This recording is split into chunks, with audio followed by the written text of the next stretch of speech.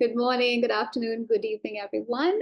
And thank you so much for joining the first of a series of dialogues hosted by the UN Trust Fund on resourcing, ending violence against women and girls programs, Gracias a todos. listening and learning from civil society organizations and women's rights organizations. My name is Shruti Majumdar, and I'm the learning lead at the UN Trust Fund to End Violence Against Women and Girls. Next slide, please. Before we start, just some logistics. I'd like to remind all of us that participants who are joining are on mute to avoid any audio issues during the presentation portion of the meeting. But please feel free to use the chat function to send through any comments, any questions as the conversation goes along. Please also be advised that this meeting is being recorded and will be made available for a wider audience. Our colleagues in the comms team have also started live tweeting now about our event, and you can find us on Twitter at UN Trust Fund EVAL. Next slide, please.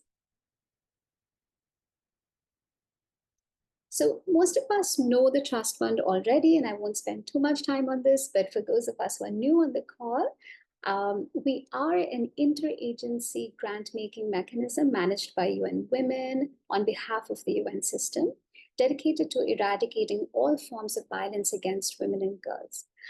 We're proud partners and supporters of many civil society organizations, especially women's rights organizations around the globe who are engaged in this important work, and several of who are on this call today, so welcome again.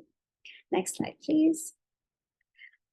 As a donor, we are continuously listening and learning from our grantee partners across the globe, who inform our work continuously on how to do funding, how to do resourcing better, how to resource ending violence against women and girls programming better and with impact. And broadly, what we are hearing from our grantee partners can be divided into these 4 buckets that you're seeing on the screen, which is on resourcing intersectionality, which is the conversation we're having today, i.e. resourcing organizations so that they can reach women and girls in all their diversity. We're also hearing a lot of lessons, important lessons on resourcing organizational resilience and preparedness of the very organizations that are doing this critical work. Thirdly, we're hearing a lot on resourcing feminist knowledge, i.e. resourcing and supporting the documentation of knowledge on ending violence against women and girls. And last but not the least, we're also hearing a lot on resourcing feminist and women's movements on ending violence against women and girls. And over the next few months, we're really excited to host a series of 4 dialogues, some online, some in person, at various forums. And today's conversation, as I mentioned, is on that very first bucket on resourcing intersectionality. And we have a wonderful group of panelists and speakers who I will introduce shortly in 5 minutes. And together, we're really hoping to answer one key question, which is, how can donors better support civil society organizations and women's rights organizations to reach women and girls in all their diversity, i.e. how can we do resourcing with an intersectional lens better? Before handing over to panelists, next slide please, I want to share a little bit about how the Trust Fund has articulated an intersectional approach. As we always say, we've been doing this long before we had language for it. And since our very inception 30 years ago, we recognized that women and girls who are part of more than one of these groups are more often at greater compounded risk of experiencing violence.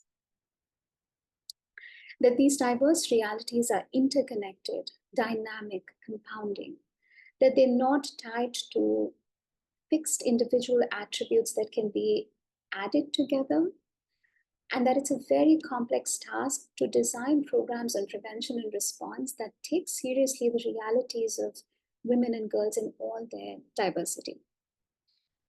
In this strategic plan, with inputs from our stakeholders, from our grantee partners, we decided to name the approach that we're actually taking, and we took on what we called a twin track approach to intersectionality. So focusing on one hand on special windows, on very specific experiences of intersectional marginalization that were recognized as underfunded at that particular time. We're also at the same time trying to take steps to mainstream an intersectional approach in the remainder of the portfolio. So while we support several organizations who work on with several women and girls in all their diversity, two specific examples of how the Trust Fund was able to do so, next please, in the previous and current strategic plan was by having two special windows. One special window on ending violence against women and girls who are forcibly displaced, and another special window on ending violence against women and girls with disabilities.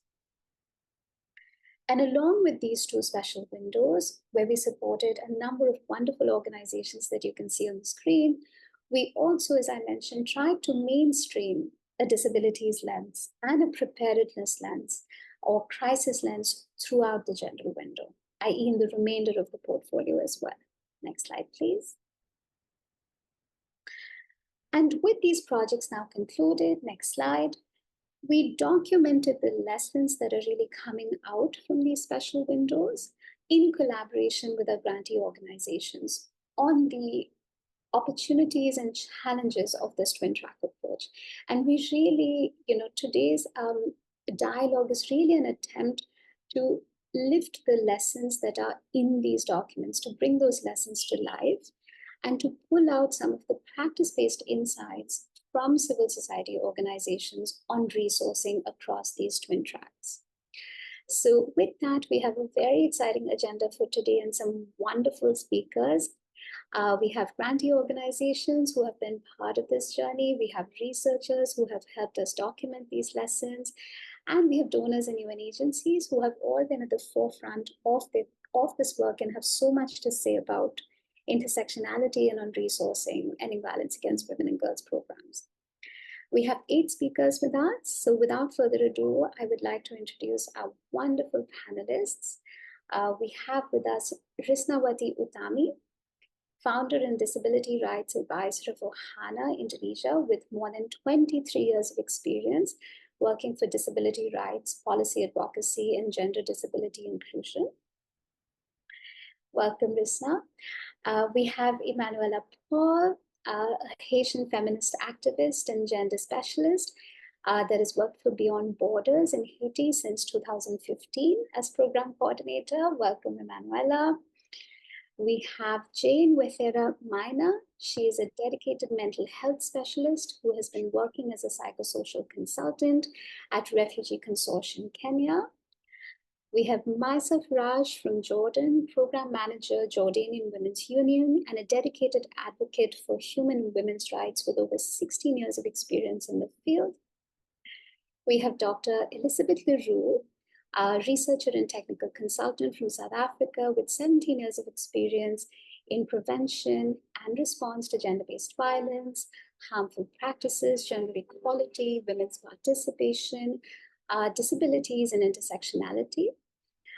We have Dr. Selina Palm, an independent researcher and technical consultant, also from South Africa, with experience on feminist participatory approaches and on exploring intersecting forms of violence against marginalized groups in over 60 countries. And last but not the least, we have Ms. April Pham, Senior Gender Advisor and Chief of UNOCHA, with over 30 years of experience in social justice, human rights, gender equality, prevention and response to violence against women and girls. And we also have with us Dr. Erin Stern, who has just joined us. This morning, I did the math, and between our panelists, we have 109 years of experience and feminist knowledge on this panel. So I just want to take a second to acknowledge that. And thank you so much for joining us and sharing this knowledge with us. We really do appreciate it. We'll ask a set of 2 rounds of questions and then open up for question and answers. And at the end, we will have closing remarks from our chief, Abigail Erickson. And with that, I'll turn to our first panelist, Lisa and Selina. Lisa and Selina, you have been helping us supporting us in documenting the knowledge of our grantees working with women and girls with disabilities for over 2-3 years now, right?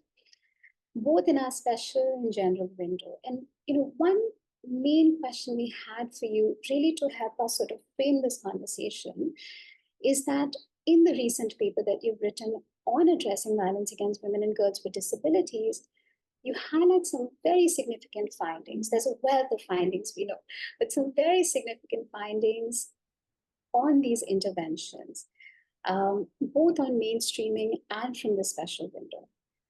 Can you elaborate a little bit and give us a sneak peek into the key takeaways from this body of work, please? Over to you. Thank you so much, Shruti, and hi everyone. I'm going to speak on behalf of myself and Selena. She'll speak a little bit later today. So responding to your question, I would say from our privileged position of being able to engage with grantees funded both under the special window as well as in the general window, we were able to reflect with grantees on this twin track approach to funding efforts to end violence against women and girls with disabilities. And this dual approach, this twin track approach, emerged as having many benefits. And I do encourage you to go and read more in the reports. But we saw that the special window was important because it prioritized funding of disability-specific pathways. And I'll speak more on the pathways in a little bit.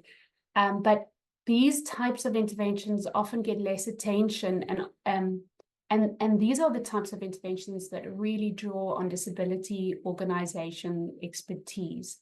And such disability-specific programming is really crucial, but it's also a transitional step towards enabling mainstream ending violence against women and girls programming to become more inclusive of women and girls with disabilities by building on women and girls with disabilities confidence and expertise. At the same time, having funds available under the general window has really led to distinctive innovations for ending violence against women and girls work, and offer these new lessons and expanding evidence base. So we see the twin tracks approach actually emerging as a very necessary approach. Both the disability specific and the disability inclusive programming, we see it really should be funded, both of them. And in our conversations with grantees, they actually identified several challenges and problems if just one, either one, but just one of these approaches are followed. So what we see emerge quite clearly is this importance, at the same time, of not seeing the twin tracks as these distinct separate roads that run parallel and never ever meet.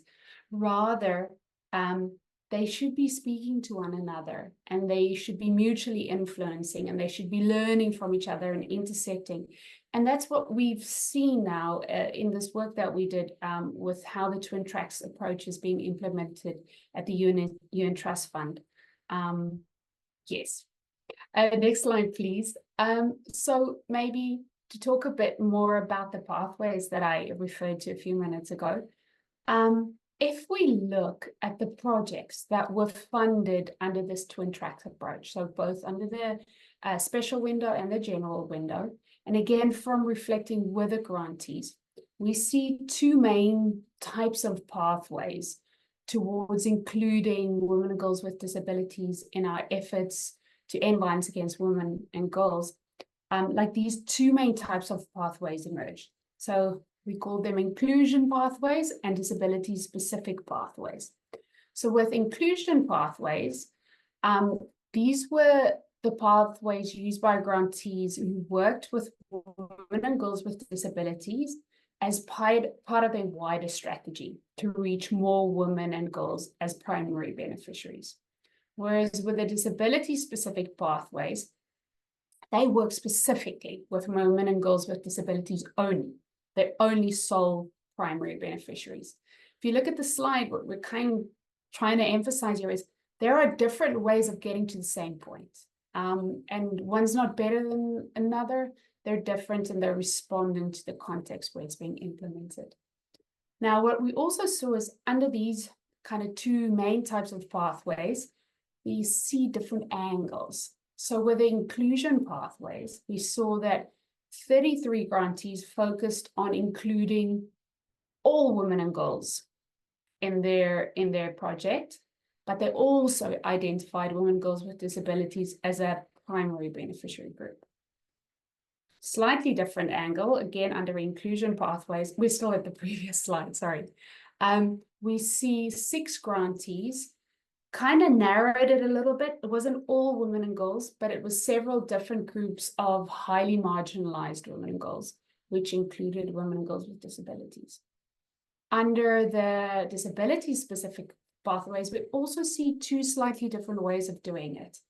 19 partners, they focused their programming on women and girls with disabilities, but with any form and type of disability as the sole primary beneficiary group. And 4 partners, they deliberately only targeted women and girls with 1 or 2 very specific types of disabilities, like hearing or sight impairments. So again, different roads being taken, but with the same goal in mind. And now the next slide, please. So if we look at the twin tracks approach to funding efforts to ending violence against women and girls with disabilities, and we learn from both these ways of supporting interventions that engage women and girls with disabilities, we see like 5 overarching insights emerge. The first is that it is crucially important to prioritize collaborations with a wide range of specific partners in order to address violence against women and girls with disabilities effectively. Collaboration is always important in EVOG work, but especially in the light of the comprehensive and unique requirements of engaging with women and girls with disabilities, specific multi-sectoral collaboration is a crucial cross-cutting task. Then, all of the grantees that we engage with noted disability-related stigma and discrimination as a massive issue. And that cuts across all the domains of the socio-ecological model. So it doesn't matter what level your intervention targets, disability-related stigma really affects your programming. And this re-emphasizes the importance of a twin-track approach. So to both create a disability-specific safe space, but also to work on changing the wider social norms that stigmatize disability. Then 3, we see that the participation of women and girls with disabilities in programming is crucial, but that this inclusion is more complex than just participation. So grantees from both windows repeatedly reflected on the importance of enabling meaningful participation. Yet many grantees who did not work only with women and girls with disabilities struggled to find this balance around how far they should go to accommodate the needs of women and girls with disabilities and how to balance it against the needs of their other primary beneficiaries. And this highlights an important tension of finding a balance when engaging with women and girls with disabilities together with women and girls in general. Then 4, legal and policy systems. Since it takes such a considerable time and effort to bring legal and policy changes, we see that projects that built on the previous work of what the grantee did, or if they had expertise in that specific area, they were really well suited to work to strengthen laws and policies to address violence against women and girls with disabilities. And we saw that with some grantees that first had a general window funding, and they started working in this, and then they got special window funding where they could really focus down and build on what they learned during their general window funding. Then finally, as again, all EVOL programming, being adaptive is really important. And we see that adaptive design approaches allow the grantees to respond to what they learn from and about women and girls with disabilities, especially during the early stages of implementation, and that allowed them to adapt for greater impact. At the same time, it must be recognized that this ability, this adaptability that's required in design and implementation of programming at this intersection between gender and disabilities does significantly tax project staff, and that increases the risk of burnout and requires quite comprehensive self-care measures, which is also something that we really do need to keep in mind with funding. Okay, thank you so much. Great, thank you so much, Lisa. I think between everything you've said, several of these themes will come out through our grantee organizations' presentations as well, but they're so critical in terms of what we're seeing across both twin tracks on partnership, on working on systemic change, on being adaptive, but also finding balance. So really huge thanks for presenting. I will also drop a link to the knowledge products that Lisa and Selena and all our grantees have been working on. And also wanted to acknowledge Anna Alashevsky, who has been the portfolio manager for this special window since 2018. But thank you, Lisa. And we'll move on to our next speaker, Risna from Indonesia. Risna, welcome again.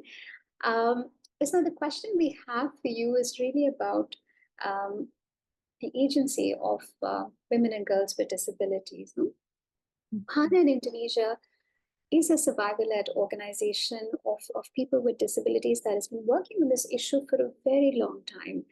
And what you've documented with us is how you worked at the community level on norms and stigma on disability, and also how you developed survivor support circles, or the HANA circles, in the community. Can you tell us a little bit more about that, Risna? How did you work with communities to tackle disability-specific social norms within the wider social structures, but also within EVA organizations?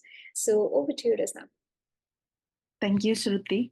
Yes, in responding your questions, Ohana was very grateful in terms of getting the funding from the UN Trust Fund as the Women with Disability-led organization.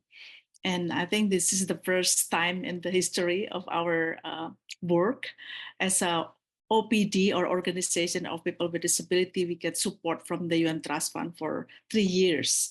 And Ohana has been working, until now, we actually working closely with women and girls with disability and also their family and communities to tackle stigma and discrimination, especially gender and disability-based violence against them. I referred to the earlier speaker about the intersectionality. This is a very important point that we would like to address in this project in terms of women with disability and gender-based violence. So we work on the specific issue under this grant. The first thing to do is we work on increasing capacity throughout our community, especially for service providers that should provide the more accessible and inclusive standard operating procedure in terms of eliminating gender-based violence and also tackling the survivor of women with disability as victims of violence. We also work with the justice systems and also government stakeholders. And we did the training intensively for 3 years for them on how to increase understanding on disability inclusion and gender-based violence. Because we know that even in Indonesia, there is still big problem that we are working in silo between women's rights movement and also disability rights movement. That's why we train them to understand the intersectionality and how to address that gender-based violence is also faced by women and girls with disability. The second thing you mentioned about the Ohana circles. In the project, we developed survivor support cycles called Ohana Circle. This is part of the self-care strategies and also tools for women with disability as victims of violence.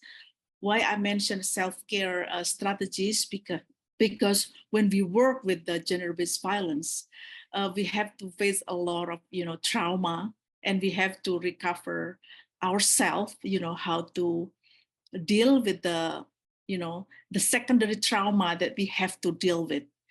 And also this we use this tool for paralegals and assistants to support women with disability when they work and their daily basis, so they don't get burned out when they work with the victims and survivor of the violence.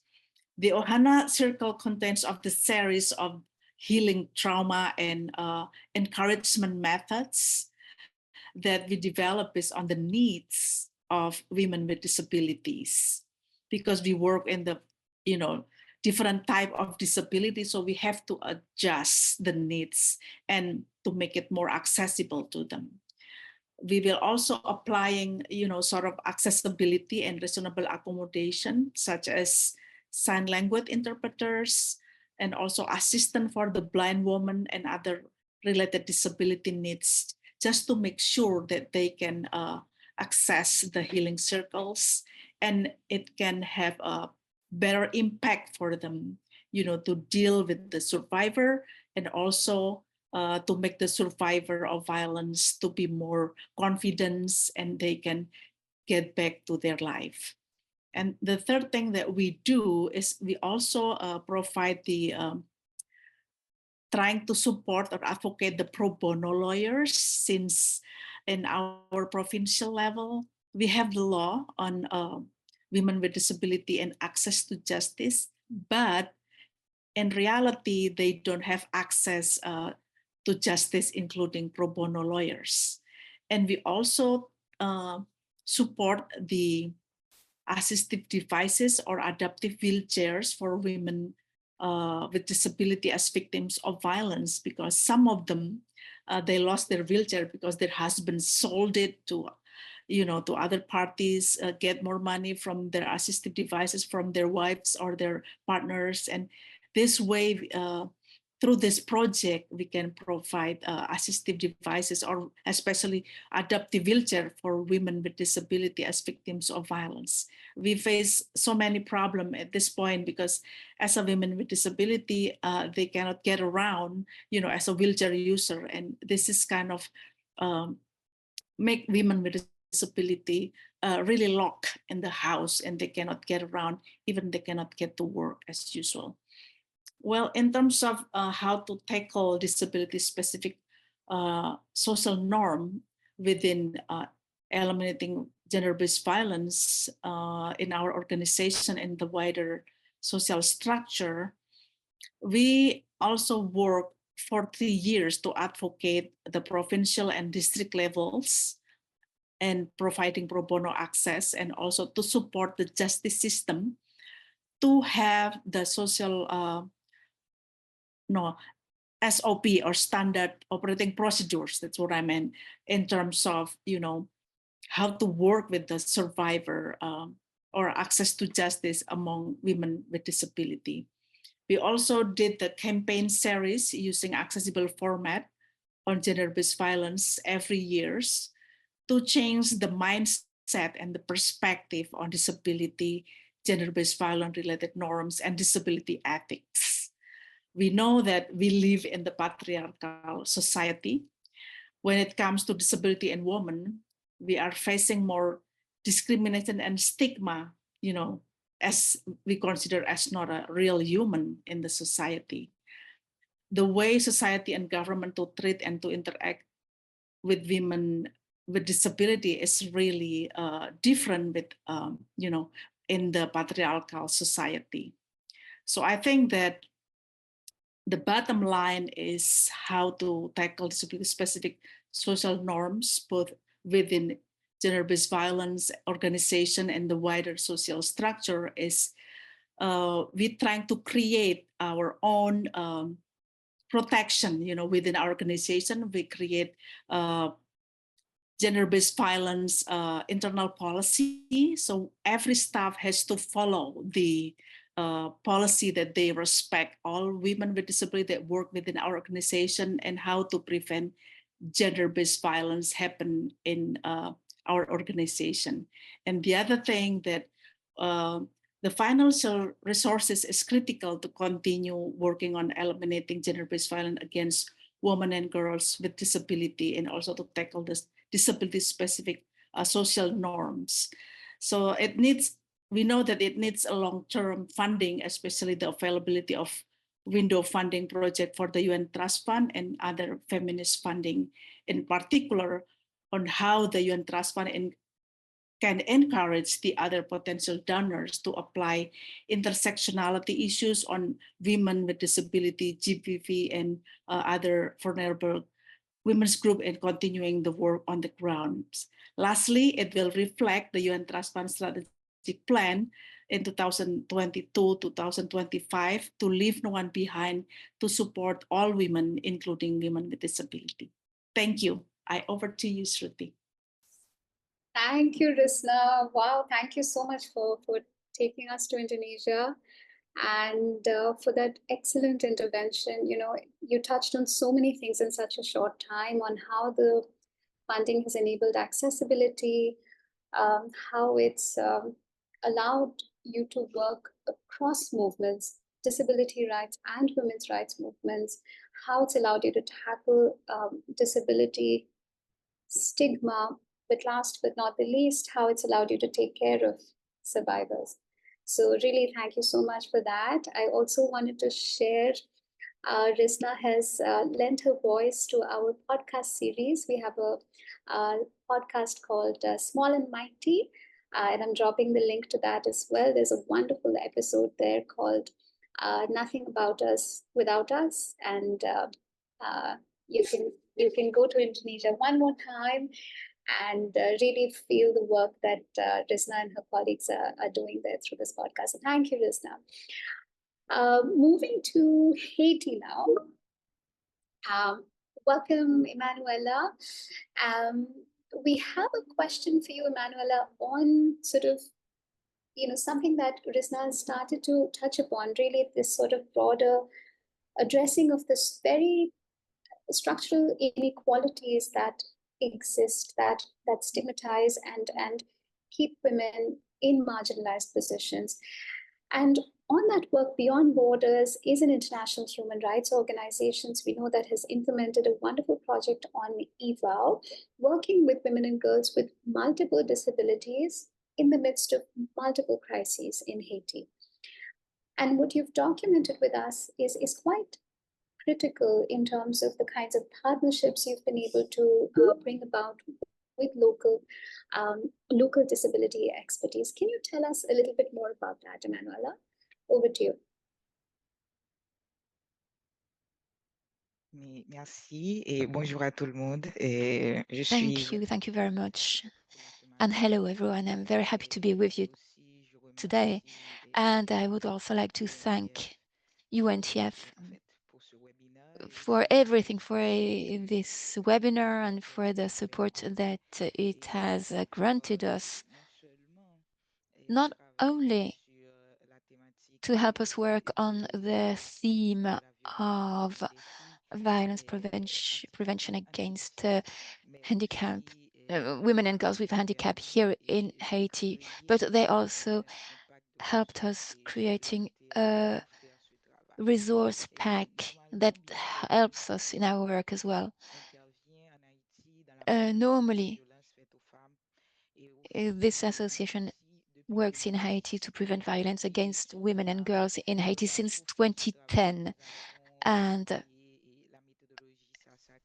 over time, we have developed our methodology working with partners in Uganda, and we have also developed Power to Girls, which is another methodology based on women and preventing violence against girls. So we have contributed to the development of that tool. But ever since we started implementing those tools in Haiti, we worked closely with communities and we touched upon violence against handicapped girls and women in Haiti. And this question has been extensively discussed within the community, and we realized how important it is to develop some resources.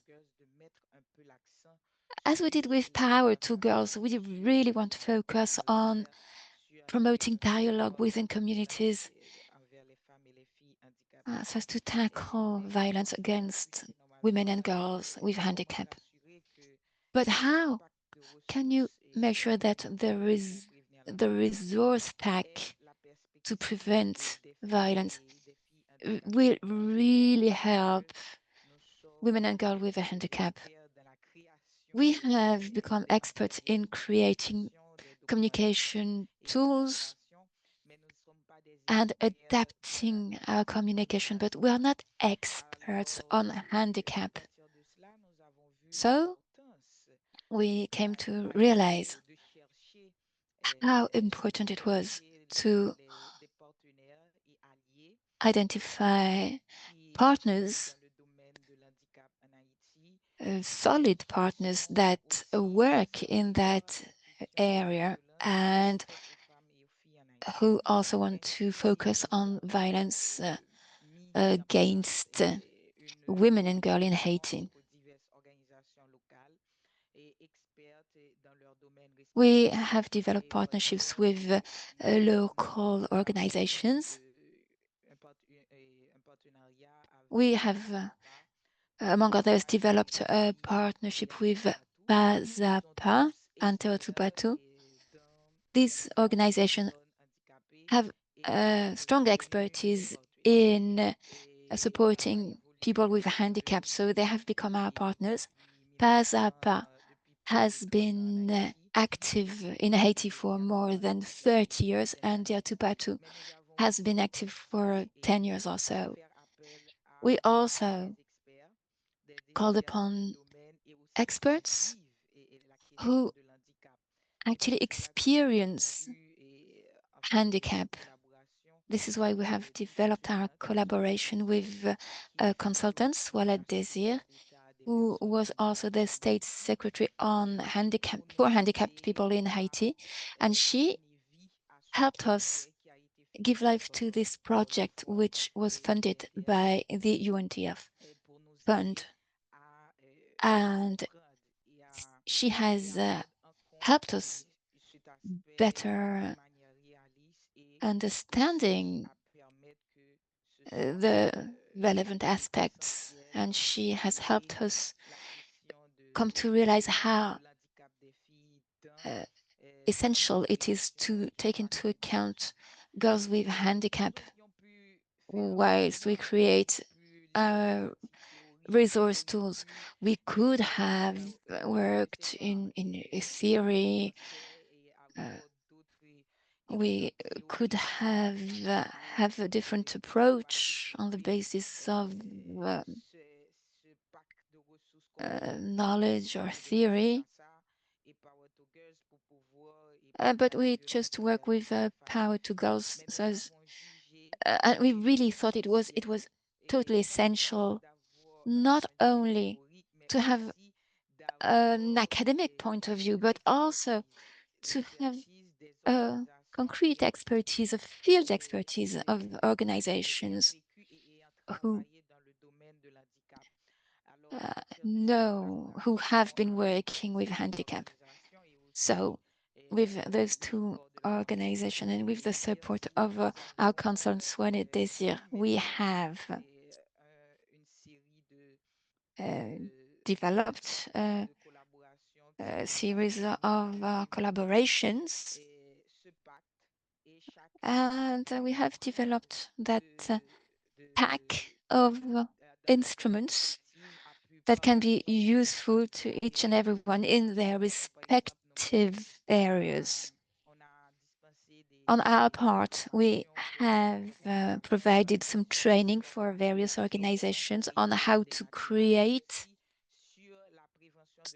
tools and how to prevent violence against girls and women, because we are experts in these. We also worked on how to mobilize communities, and our partners also shared their expertise with us through a few trainings around handicap or about existing laws in Haiti, or on the various experiences.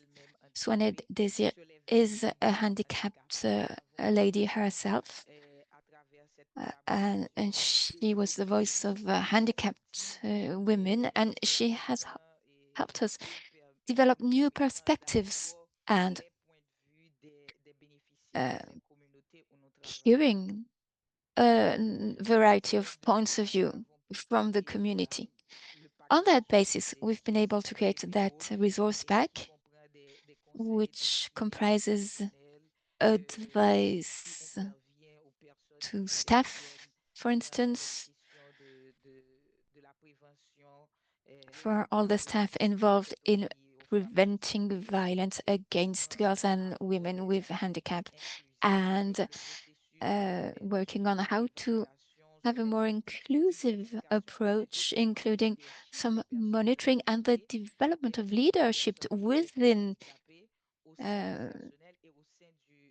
groups of people with handicap within communities,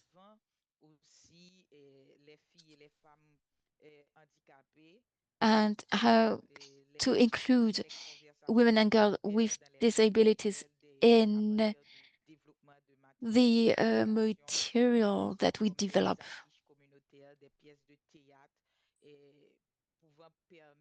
So we have worked on developing materials such as theater, various workshops. We have collected various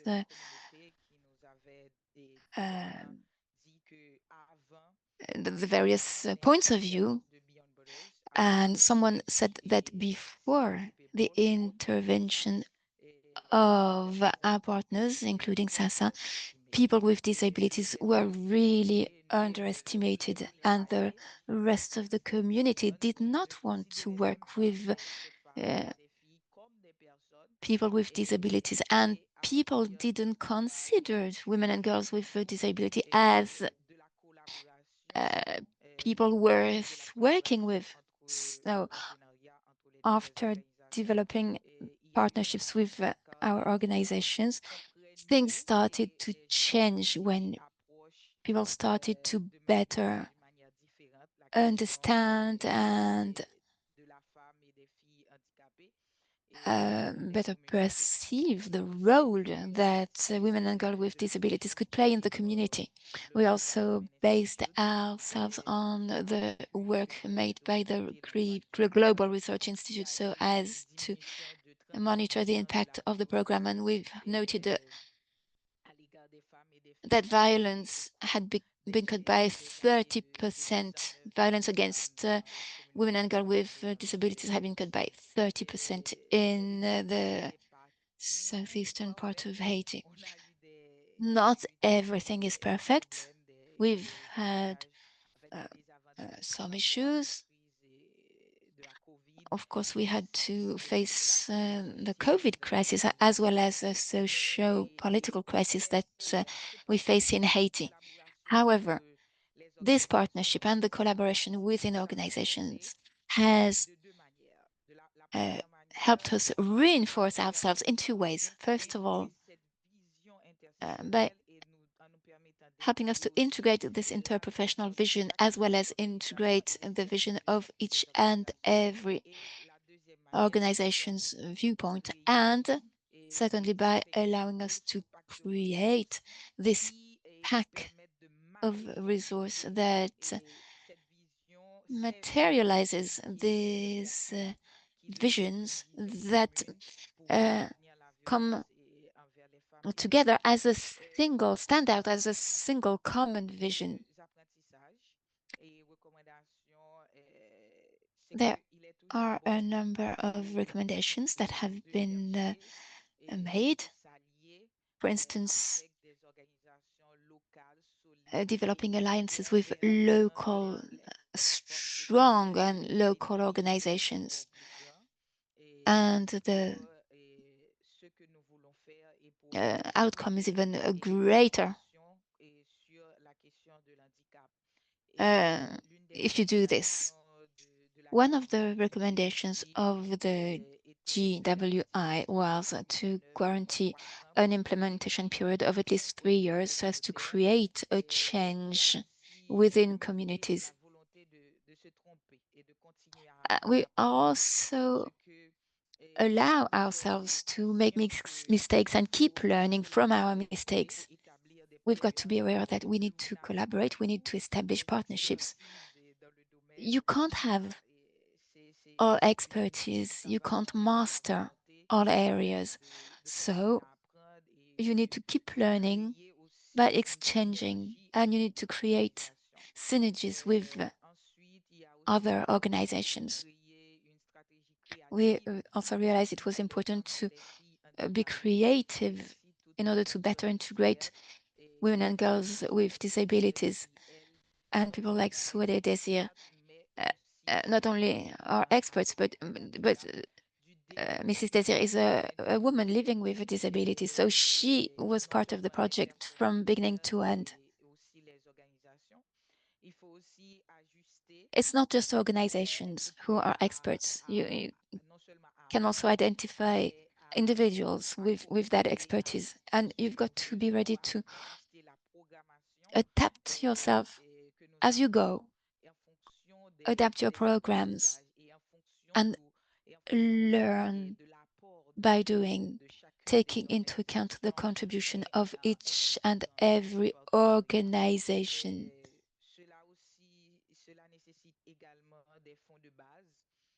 You need to have flexible funding and long-term funding so as to be able to develop that synergy between local organizations. It is true that a number of organizations have a lot of expertise, but with the ongoing crisis, it's not easy to meet with one another and to work together, to put things in common.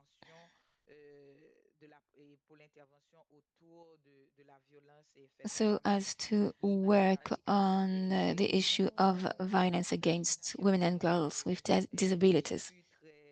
So, in a word, this partnership was a success. It was very fruitful. It brought a loss to the community. And we've been able to give a voice to those organizations that did not initially act directly against violence against women and girls with disabilities. So we have helped them becoming more aware of the existence of violence against women and girls, and more particularly women and girls with disabilities. So we have created that synergy that helped us to integrate 2 new partners in that movement, Go Beyond Borders, among others, and they work in Haiti to prevent violence against women and girls in all dimensions. So intersectionality is very crucial for us. It's very central, to the extent that women and girls with disabilities are even more impacted by violence in Haitian communities. They suffer 2 or 3 times more violences than other women and girls. Thanks to the funding of UNTF, we've been able to work fruitfully with our partners, with Soinette Desir, and with many experts who intervened with us and reviewed our resource pack. So we ended up with a very positive result within communities. We have noted some changes in behaviors and a sharp, not an extraordinary, but a quite significant reduction of violence.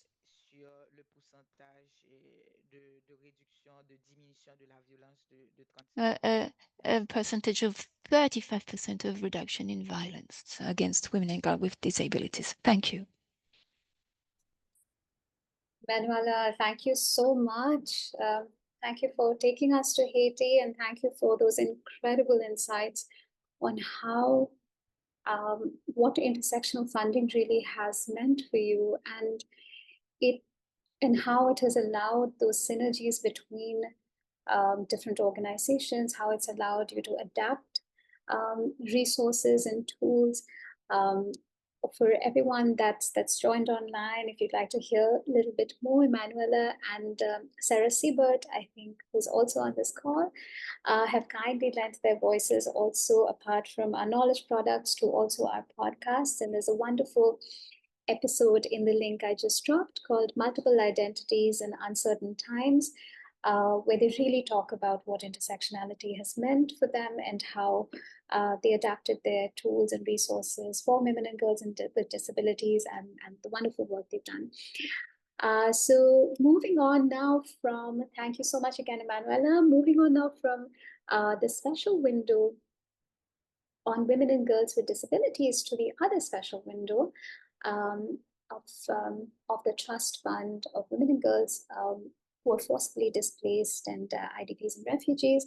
We have with us Dr. Erin Stern, who's going to tell us a bit about the overarching lessons that we're really learning from this window. Erin, over to you to tell us about this wonderful paper that you held the pen on, called The Window of Hope. And it provides, we know, several strategic recommendations. I will drop the link in the chat. But can you tell us the highlights, Erin? Can you tell us what are the most sort of critical interventions that are needed to address the root causes of violence in displacement settings? How have different grantee organizations really tailored these interventions? And how can we ensure sustainability? I know that's a lot, but over to you, and thank you so much, Erin. Thank you so much, Shruti. So if you just want to go to the next slide, just to show you the map of the projects selected for this review. So 13 of the 18 projects funded through this special window were selected for the review, as noted earlier, and were really diverse across their geographic spread and the type of violence against women and girls addressed. So Shruti, to respond to your first question around the kind of most critical interventions to address the root causes of violence in displacement settings, the findings of this synthesis review really attest to the value of longer-term programming that addresses the underlying causes of violence. And this includes particular risk factors that can make refugee or forcibly displaced women and girls more vulnerable to violence. So for instance, this figure adapted the socio-ecological model of violence to recognize risk factors in conflict and post-conflict settings. And many of the projects under this special window were implemented in such settings. So grantee projects included in this review tailored prevention programming to address common risk factors for this population, including by supporting mental health and trauma-related needs, which is typically very common, addressing information gaps, including in relation to available services or changing kind of migration policies, raising awareness of rights and particular risk factors for violence, including as outlined in this socio-ecological model, and teaching activist and advocacy skills. Economic empowerment activities were common and often warranted, given that refugee and forcibly displaced women and girls are more likely to be socioeconomically disadvantaged, but also have limited access to state-sponsored safety nets. So we really saw this, for instance, in the COVID-19 pandemic, kind of who was or who was not eligible for state-sponsored safety nets. And the findings from this synthesis review suggest the importance of ensuring the viability of economic activities offering sufficient trainings to ensure acquisition of the intended profession or skill, and also ensuring ongoing support of participants so that these economic empowerment activities have a meaningful kind of experience or a meaningful impact on economic realities of participants. However, grantees also noted the importance of these activities being, especially emergency cash transfers, being really implemented and monitored carefully so as not to create situations of dependency or increase women and girls' risk of violence.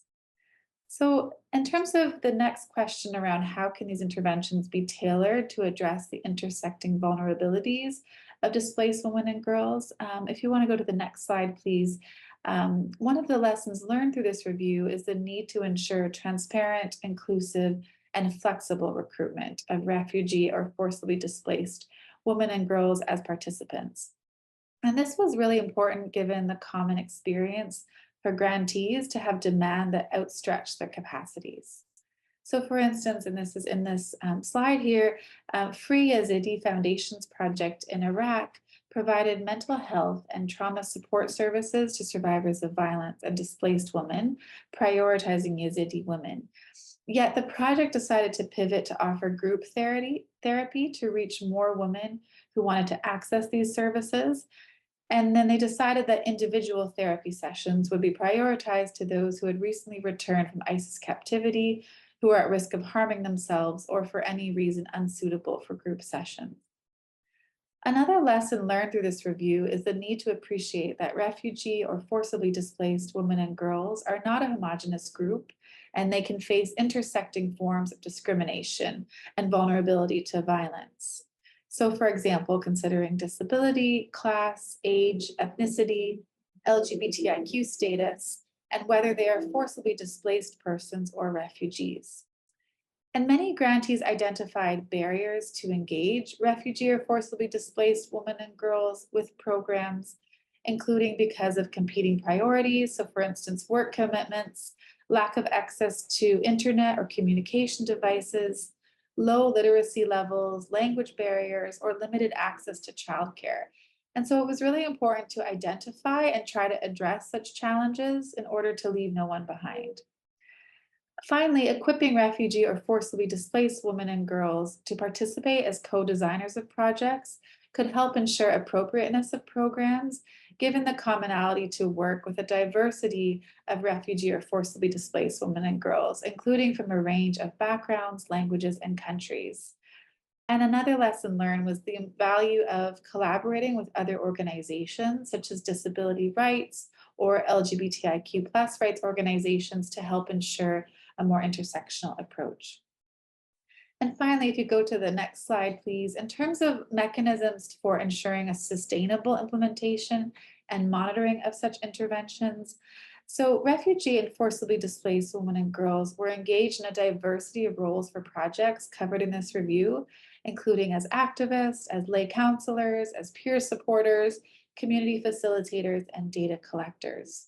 For instance, and you can see a photo here on this slide, Senderos in Costa Rica trained displaced women to become community promotoras, to lead peer dialogue sessions, disseminate knowledge about violence and women's rights, support complaints processes, and refer violence cases to Senderos or other agencies. And this could help build trust for other refugee or displaced women and girls to be involved with the projects, but also critically support the sustainability of projects. Another lesson learned more around monitoring through this review is that rigorous monitoring should be applied to inform adaptive programming, which is commonly needed in response to the rapidly changing contexts or changing realities of refugee and forcibly displaced women and girls. Formative research can also be really critical to understand the local drivers of violence among this population and help inform relevant project design and piloting. And finally, project monitoring should allow for refugee and forcibly displaced women and girls to regularly share feedback, including any risks or concerns, to monitor for potential harm. And this is really important among this already vulnerable population, and is also, of course, mandated as part of any humanitarian response. And as noted, many projects were implemented in kind of conflict or post-conflict or humanitarian settings. So that's all from me. Thanks so much. Great. Thank you so much, Erin. And I think, what's wonderful from your presentation and is coming out from both windows and both approaches is some common themes, right? The importance of staying adaptive, the importance of having the kind of funding that really centers and enables the agency of women and girls who are refugees and forcibly displaced, but also the importance of adaptation and the kind of funding that allows partnerships and adaptations in real time. I also want to acknowledge Maria Lorna Messina Hussein, who is the portfolio manager for this window and has been leading on this work since 2017. So thank you, Lorna, for also being on the call and for supporting this portfolio project.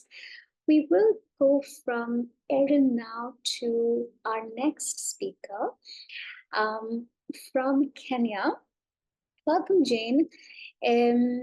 Jane, thank you so much for joining, and thank you also in advance for sharing reflections from the wonderful project by the Refugee Consortium Kenya.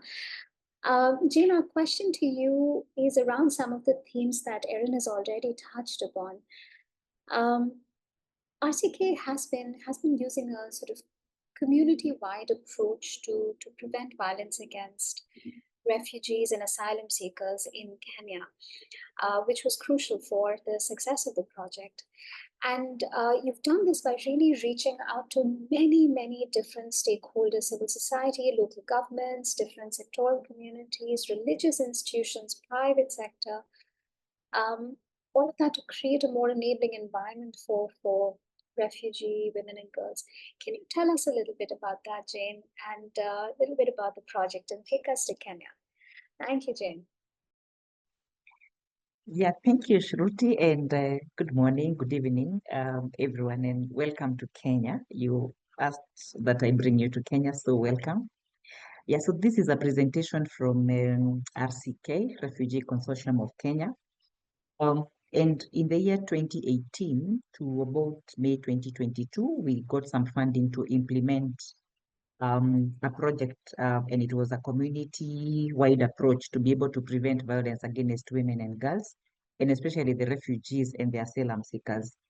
And this, of course, was with particular regard to the vulnerable women and girls. So we were able to, the question was, how were we able to identify the structural inequalities? First and foremost, we came up with a very comprehensive needs assessment. This was for us to be able to do some consultations in the field. We did some surveys just to be able to understand how is the ground like. And we also had some focus group discussions with the refugee communities for us to be able to understand their specific needs so that then we don't do it ourselves as opposed to whatever it is that they would want. So we were able to identify the specific needs and the challenges. And we actually collected data on the socioeconomic conditions. You realize that the vulnerable women, and especially those affected or the survivors of GBV or SGBV for that matter, usually live under very low conditions. And we had to pick data. What are some of the socioeconomic conditions that they are living in? What is their legal status? Would they be able to even take up a case in court if they needed to? And what were some of their access to services for the women and girls? So we also held some stakeholders mapping just for us to be able to analyze what are some of the relevant stakeholders that we will need in the field to be able to successively mitigate the violence for women and girls. And that included the civil society organizations, the local governance, some private sector entities, and even the religious institutions. We were actually even able to analyze power dynamics and the relationships that would influence the lives of the refugee women and girls. That was key for us to be able to actually gauge their agency. So even as we continue with having to address those structures, we were able to understand first and foremost what is on the ground. So the other thing that we were able to do during the identification of the structural inequalities were the policy and the legal reviews. Of course, with our team of advocates, we were able to review the existing policies, the legal frameworks that exist to be able to identify the gaps that fail to protect or empower refugee women and girls. You realize that we probably also live in a patriarchal society where women's voices are not heard as such. And so we wanted to identify what are some of those laws that and policies that have failed so that we can heighten our efforts to be able to advocate for the necessary policy changes. So how we were able to address those structural inequalities were actually like in four ways. So one of the ways that we did was to capacity build and also do some trainings. First, it started with us and the stakeholders on issues of gender sensitivity. You realize that you would need to understand some of those issues that go and move around the gender. We also talked about SARE, which is a prevention of sexual exploitation and abuse, and of course, issues of human rights for the women. And of course, those implemented empowerment programs, we also came up with some of them, like the vocational training for the girls, because you realize that some of them do not even have any financial literacy. And of course, we also came up with some leadership workshops for the refugee women, just to be able to raise their power in terms of in terms of leadership. And then, of course, we had a lot of strengthening of our partnerships, and we worked closely with some different sectors to create a comprehensive support network for refugees, women and girls, to be able to address all aspects of their needs, which was very key. And of course, we actively involved the refugee communities in program designs, in implementing to ensure that their needs are and the voices are actually represented. Then, of course, we enhanced support services, and this was by providing a holistic approach, including maybe some psychological support. We call it psychosocial support for the women and girls, raised to be able to take care of their feelings, their emotions that have been affected by what it is that they have gone through. We also had some legal aid, the services given to them, and of course, even legal representation in court for the survivors of GBV. And then we also ensure that we tailor make some specific needs to fit the women, including even healthcare.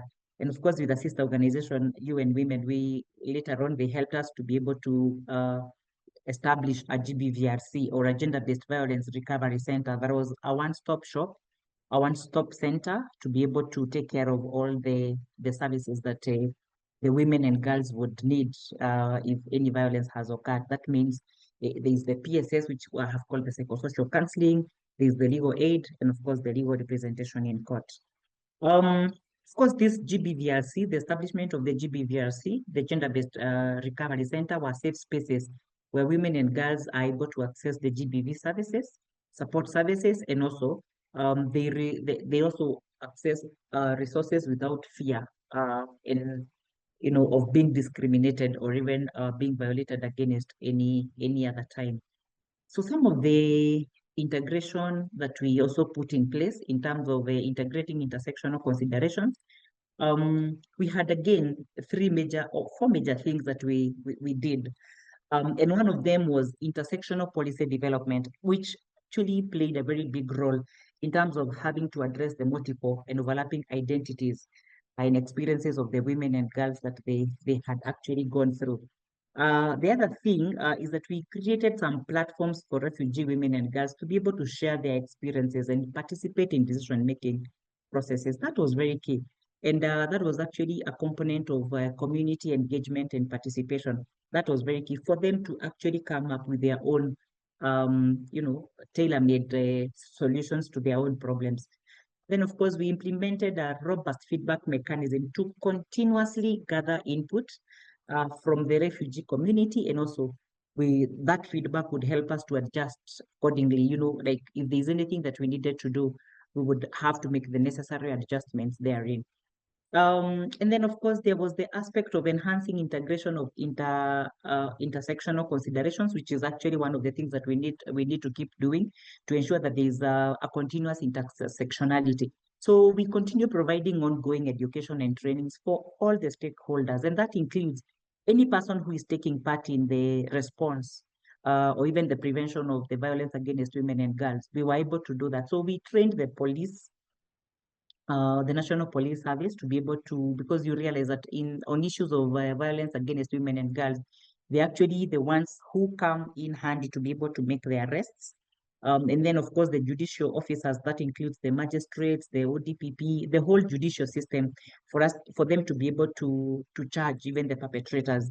And of course, we also looked at that even as a way of having the community structures come into place, any women-led organizations, community-based organizations, the leadership in the community also as a structure to be able to elevate the voice of women into something that they can actually be able to stand for their own. And of course, we ran campaigns to be able to raise awareness about the unique challenges that women and girls are facing, and of course, the need for intersectionality approaches. So we also look at probably having allocated specific resources for programming that would actually address the intersectionality issues, and that actually would support most of the marginalized groups from the refugee populations.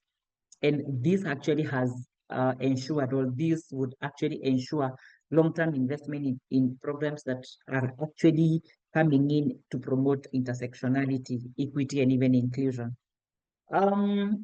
So when we talk about collaborated, we also collaborated with international organizations and networks that advocate for women rights to be able to share the best practices and advocate for global standards that incorporate intersectionality considerations.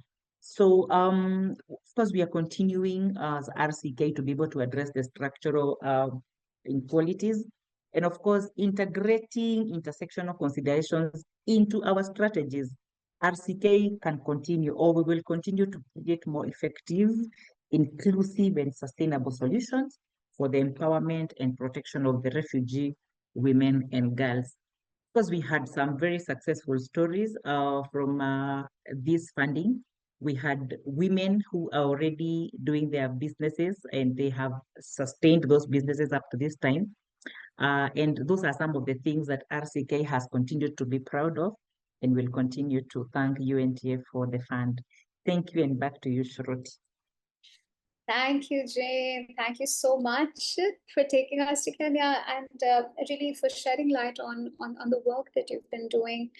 I think one thing that really stood out in the knowledge products as well is this work you mentioned around intersectional policy development and what you've been able to do with several stakeholders across Kenya, and dropping the link to the knowledge products where everyone can read a bit more about RCK's work. Thank you, Jane. We also have some really great questions coming up in the chat. We may not be able to answer, we may not be able to have a Q&A session. We are running a bit behind time, but we have our wonderful panelists here to respond to them in the chat. So we will come back to really, really good questions around disability vulnerability, to GBV and exclusion, around balancing different forms and types of disability. So we will come back in the chat. The next question is for Maisa. Maisa, welcome, and thank you so much for joining. And in staying with that theme around sort of adapting and being flexible and the kind of funding that enables that, can you share with us, Maisa, and we're seeing this across both windows, right, that applying adaptive programming, especially given uncertain and challenging contexts, where many of the projects are being implemented, is quite crucial. Can you tell us a bit about that, Maisa, as to how you've adapted to multiple crises? And take us to Jordan. Over to you, Maisa. Thank you, Shruti. Thank you for giving me the opportunity to speak with you today.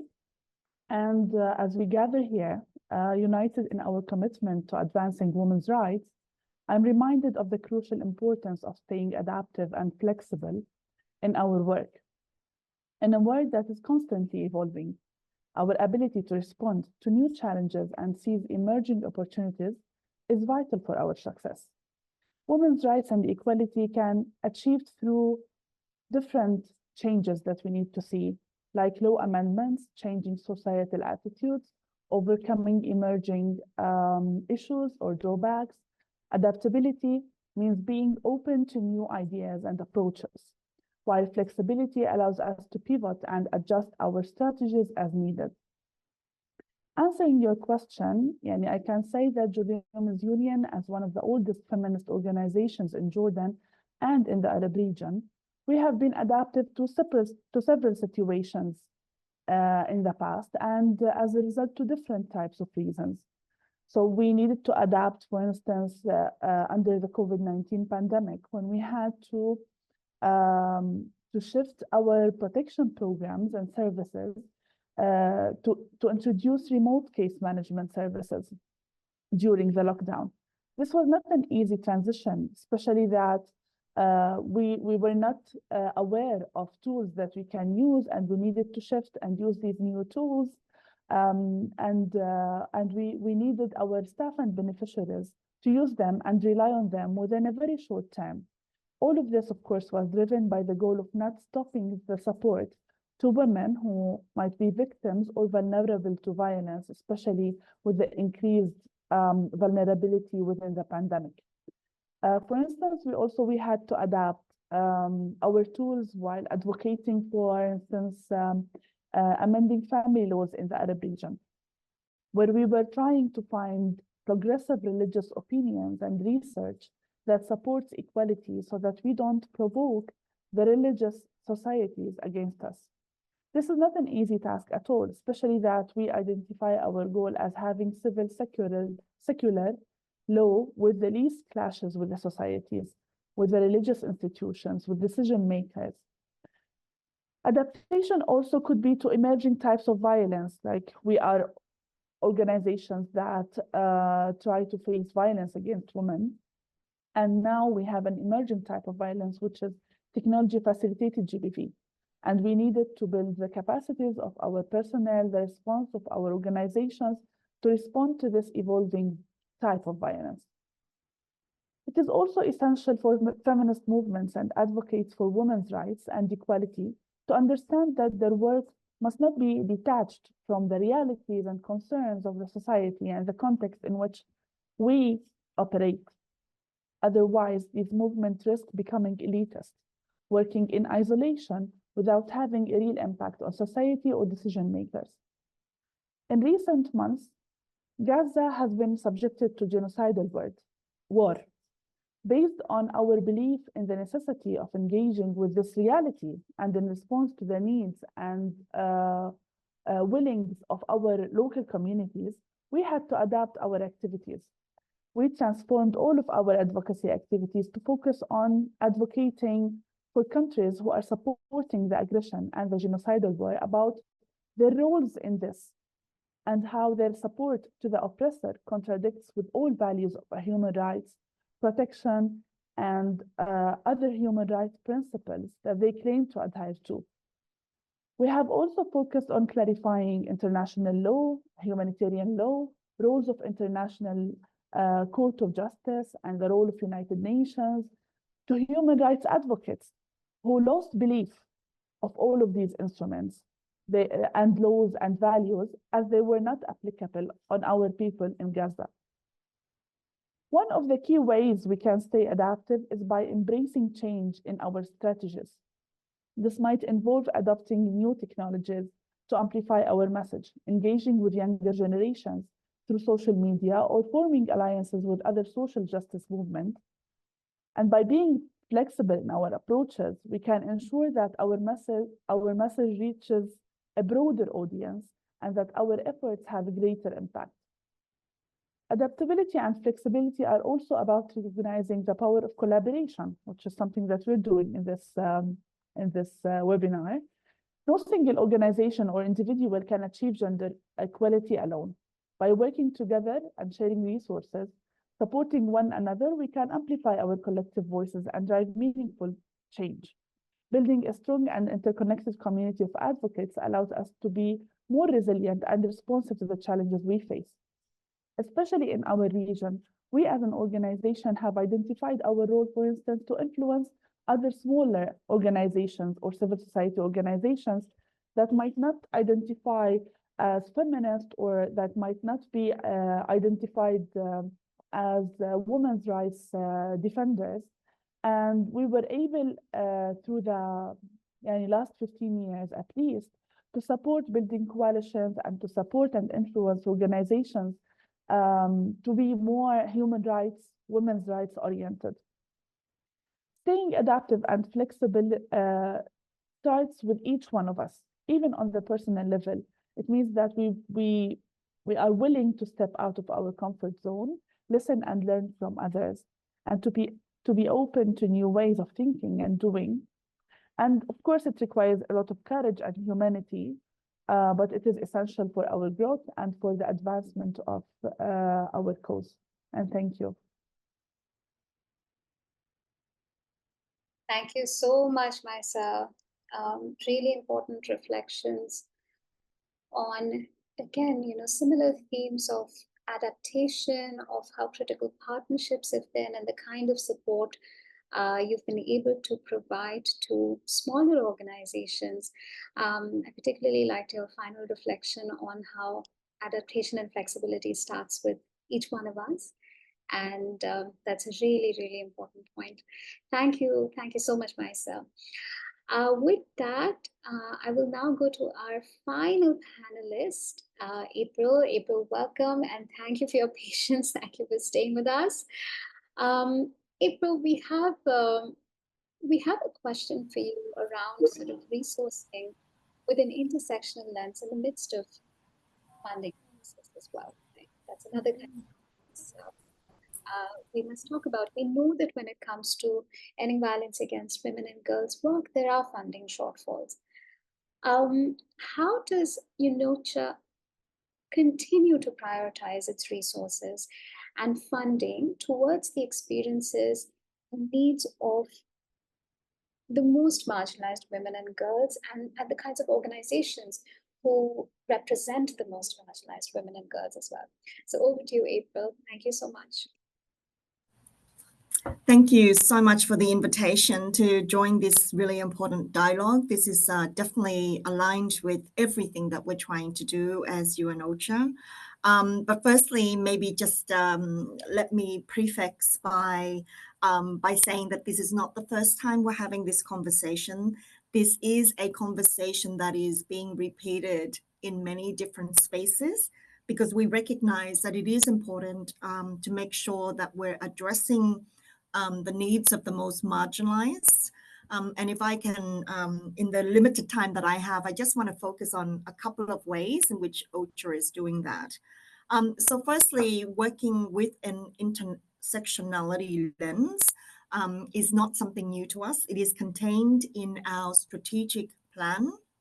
And for OCHA, an inclusive humanitarian response that leaves no one behind is one of 6 priorities that we have as an organization, which means that the needs of women and girls, the needs of survivors of gender-based violence in emergencies, the needs of LGBTIQ individuals, the needs of older persons, the needs of adolescent girls need to be reflected and need to be integrated into all of our areas of work.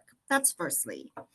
Secondly, an intersectional approach is also contained in our gender policy as OCHA, and of which we have 3 priority areas, GBV being one of them. Secondly, on promoting women's leadership and participation, and then thirdly, on gender analysis. Now, I won't go into all the policies very much. I just want to give you a slice of some of the things that we're doing. But again, I want to really caveat that this is not to say that we're doing well and perfectly. There is a lot of room for improvement. This is a work in progress. Are we meeting the needs of all marginalized communities? Absolutely not. And just to say, last year, 360 million people globally needed humanitarian assistance. We were only able to coordinate assistance to 120 million of those people. This year, we're targeting 188 million people, and we need over $46 billion in order to respond.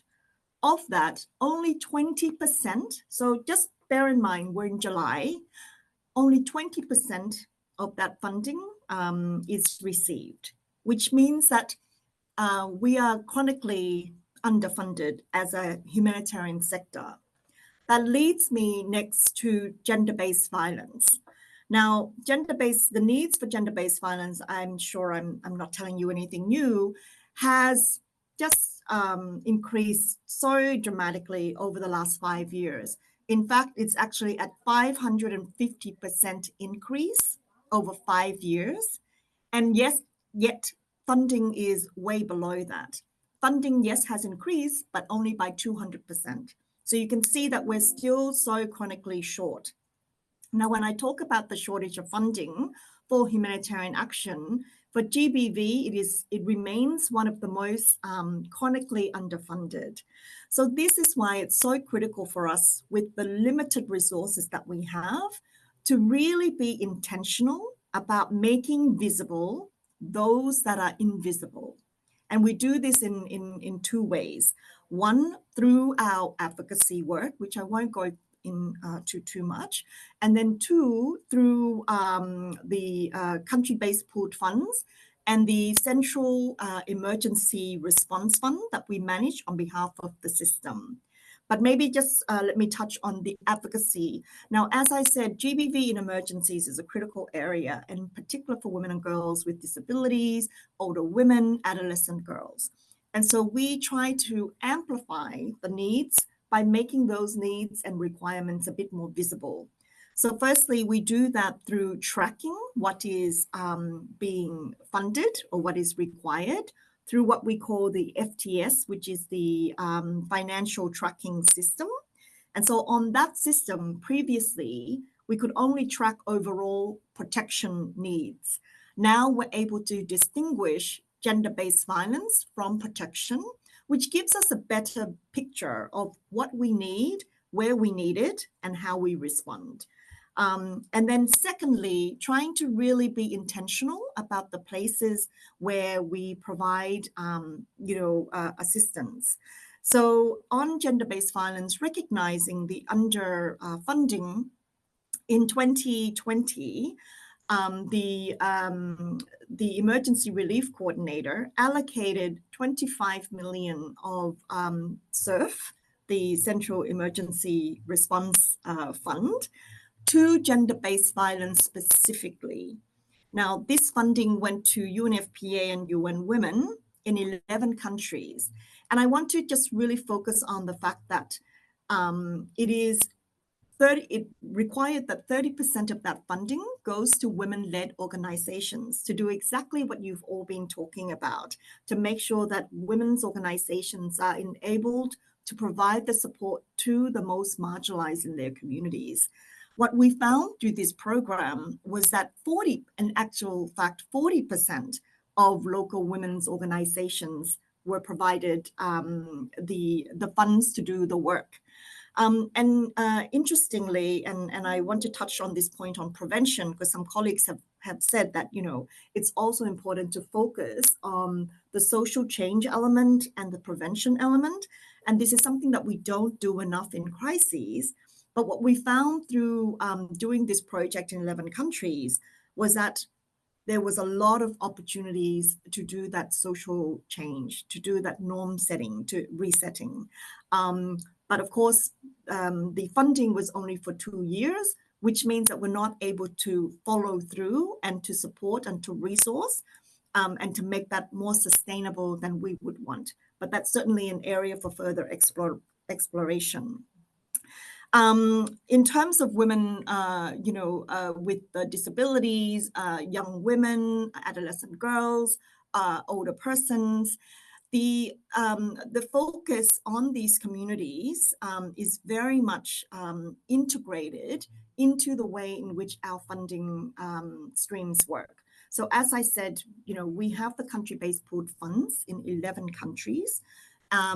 Accountability to affected populations is one of the key pillars of the work that we do, as is gender equality, as is gender-based violence. So when grantees are asked to apply for funding, they have to ensure that they are including this intersectional reflection in the applications. And of course, we can say, yes, you can put something in an application. Does it actually lead to change? And I would say that by tracking some of the impacts of the work that we do in some locations, we can see that it is making a difference. So that's through our funding streams, through our two particular funds that we manage. We're integrating that intersectional perspective to ensure that the most marginalized women and girls are being served. I'm going to say we are not there because of all of the funding that we have. Whilst we integrate gender into all of the grants, we're only able to provide funding to 7%. 7% of the funding of 1 billion goes to women-led organizations. And this is why women-led organizations in all their diversity, including women's organizations, disability-led organizations, are going to be targeted for funding. This is part of our effort to look at how do we better engage and support disability organizations, women's organizations, and organizations working with marginalized groups. Now, we've done this in a couple of ways. Firstly is we had this gender contact group where we've consulted with gender experts across the humanitarian spectrum to see what are some of the ways in which to unblock some of the bureaucratic impediments for access to funding for local organizations.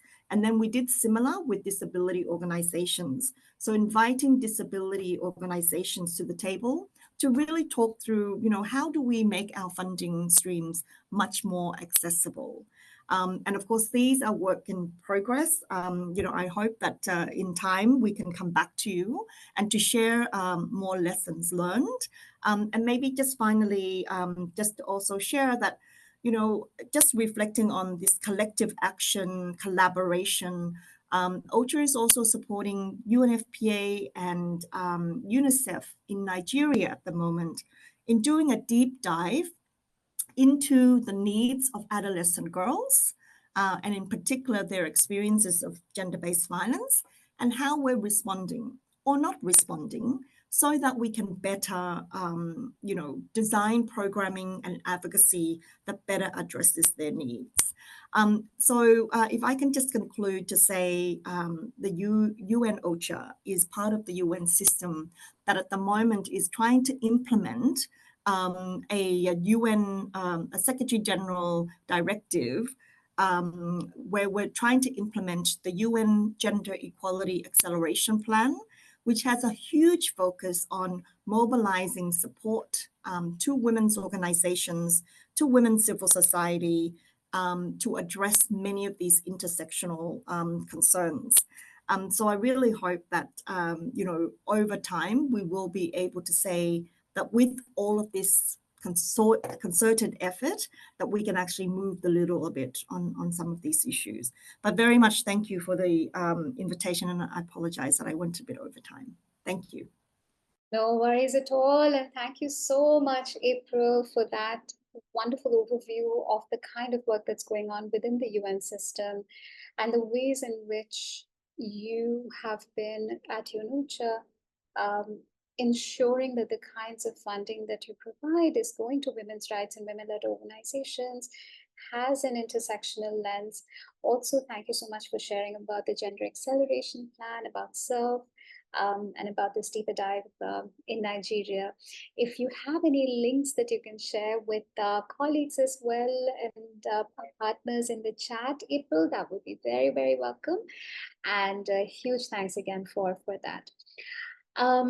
In the tradition of informal dialogues, we are now a little bit behind time, but I do see that folks are still online. Thank you so much for bearing with us. We are 5 minutes over what we had planned to do before closing out. And if everyone is okay to stay 5 more minutes, then I'd love to close us out by doing this, is ask a final round of questions to all of our panelists, 30 seconds each, on a very important question, which is that if each of you could bring one recommendation to donors on how can civil society organizations, women's rights organizations be better supported to address the needs of women and girls in all their diversity. 30 seconds each. We would very much welcome that. And I will close us out after that with some final information on our next webinar and where you can find more resources. So I will give the floor. Maybe we start from the back. Maybe April, we start with you.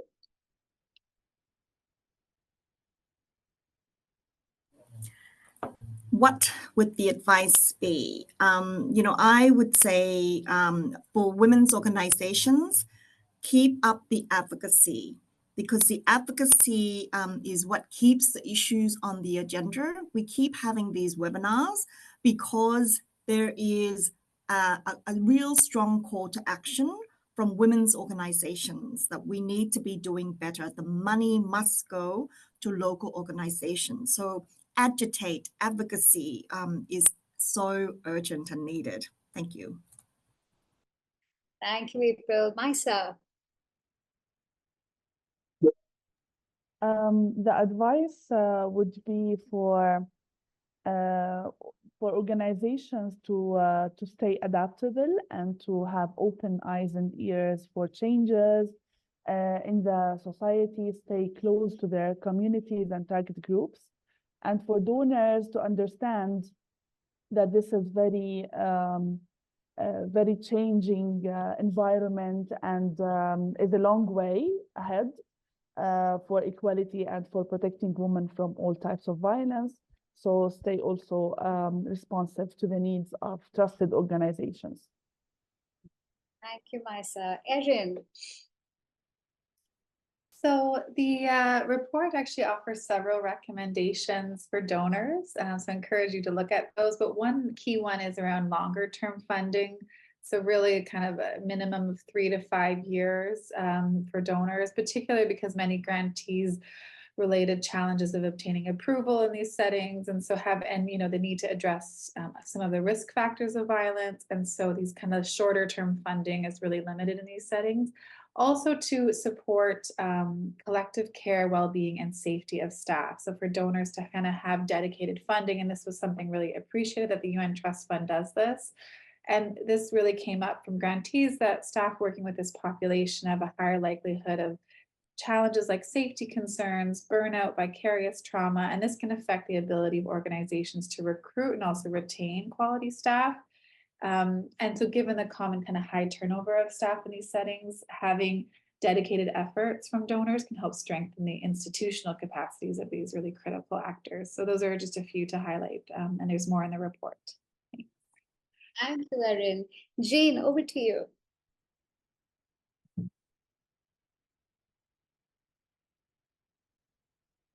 Yeah, thank you very much. One of the recommendations that I would really advocate that the donors would have to think about would be to make some considerations to be able to economically empower women when it comes to maybe get some tailor-made entrepreneurship skills that will probably have some financial education to be able to offer some financial literacy programs to help women and girls be able to manage their finances. And of course, they'll build the economy, the stability of the economy. And they'll also be able to probably have some agency to be able to say no to some of the violences that they are getting. Once they have some employment or they have some employment opportunities, the girls, once we link them with the vocational training centers, that can actually do them a good thing. So the other thing I would also want to recommend is to continue having organizations that offer free legal services and representation for women and girls who are facing legal issues particularly those related to domestic violence, maybe the custody and issues of discrimination. I believe that maybe if those two are actually taken care of, we can actually be able to get to some level of agency for the women, and that would actually be my recommendation. And thank you, and back to you. Thank you, Jane. Really important point. Emanuela, and then Risa, and then Selena, in the interest of time. Et merci. Bon, rapidement, et je dois en fait. Quickly, I have to say, I've probably already said that, we need co-funds. That is a basic funding, but a joint funding as well, because the subject of intersectionality is highly important. And for that, we need flexible basic funding over the long term. It has to be long term because on the basis of our research, on the basis with the GWI, we have observed that to ensure change, we need a minimum of 3 years of implementation at the community level to ensure true changes, real changes, because they do take time. And so we need long-term funding and also flexible funding, because there may be an extension or continuation of certain crises or problems, because changes in the communities, changes in communities requires time, because this matter of intersectionality, on the basis of our experience with the matter of prevention of violence against women with disabilities, have shown us that flexibility to be able to ensure changes with respect to the learning process during the implementation of projects is very important. And so we need co-funds, basic, flexible, and long-term funding. And that is my recommendation. Thank you. Great. Thank you so much, Manuela. I'm told that we have a hard stop and we'll be cut off in 2 minutes. So Risna and Selena, and over to you. Thank you. Yes, my recommendation would be intersectionality and solidarity will be the key in terms of prioritizing the funding.